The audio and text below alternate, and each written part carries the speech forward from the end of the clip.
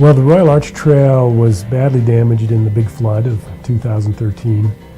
About a third of the way up the trail, it follows a pretty steep drainage. After the flood, this drainage is probably the most impressive thing I saw any of the flood damage. It was just, steep dirt and rocks hanging, trees were torn out, and so this pretty short section, maybe only 50 or 100 feet of this trail, totally gone. So it became evident that some kind of a reroute of exiting out of that drainage and up into a nice kind of a bench area that ran up and rejoined the trail higher might work, but it was mostly talus and steep slopes. The Boulder Climbing Community really was founded out of some perceived needs in the climbing community, but the path kind of led us towards stewardship. Very soon it became clear that trail building, basically approach trails, was the big need. That the big issue in climbing today, whether climbers really realize it or not, is the impacts on the ground. To me, stewardship is about all of us taking care of our resources. That approaches are part of our sport, that we do need to consider our impact and take care of it. This requires pretty highly level technical skills in trail building, moving rocks, building steps, building walls.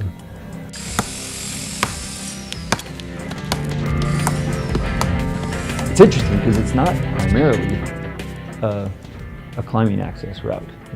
It is access route for a few things, but the majority of users on this are hikers, let's say, to go visit the Royal Arch. So in a weird way, it didn't really fit our scope when you look at our mission, which is to help make climbing access sustainable.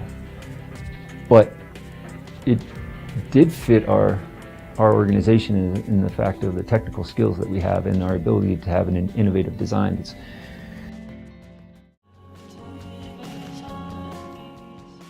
It would be 3 or 4 of us on staff, and then we had a call for volunteers through various community and climbing organizations around here, asking people to be involved and come out and help us. We were fortunate, we got a lot of individuals who wanted to be involved in it and wanted to come out and wanted to work hard right alongside of us.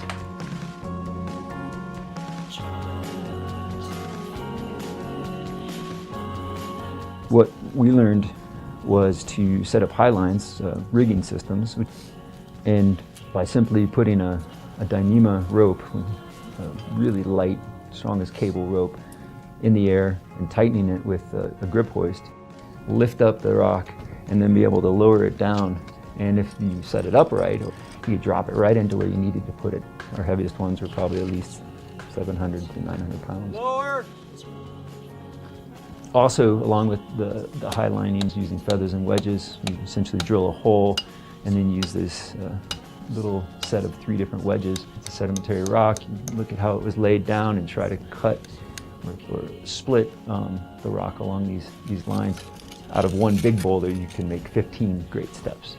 By being able to split the rock, we were able to create the blocks, the pieces, the steps, everything that we needed, all the way down to aggregate.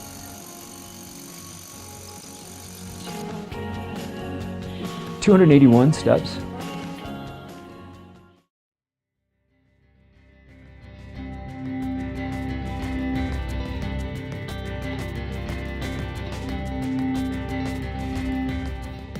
One of our pieces to our mission is education, and trying to make it so everybody sort of understands, well, why do trails exist like this? Why don't we just let them be the way they are?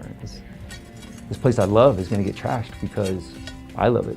And if one person goes up there, it's not that big of a deal. But when, especially here in the Front Range, we have so many climbers, that many people have a large impact on these places we love.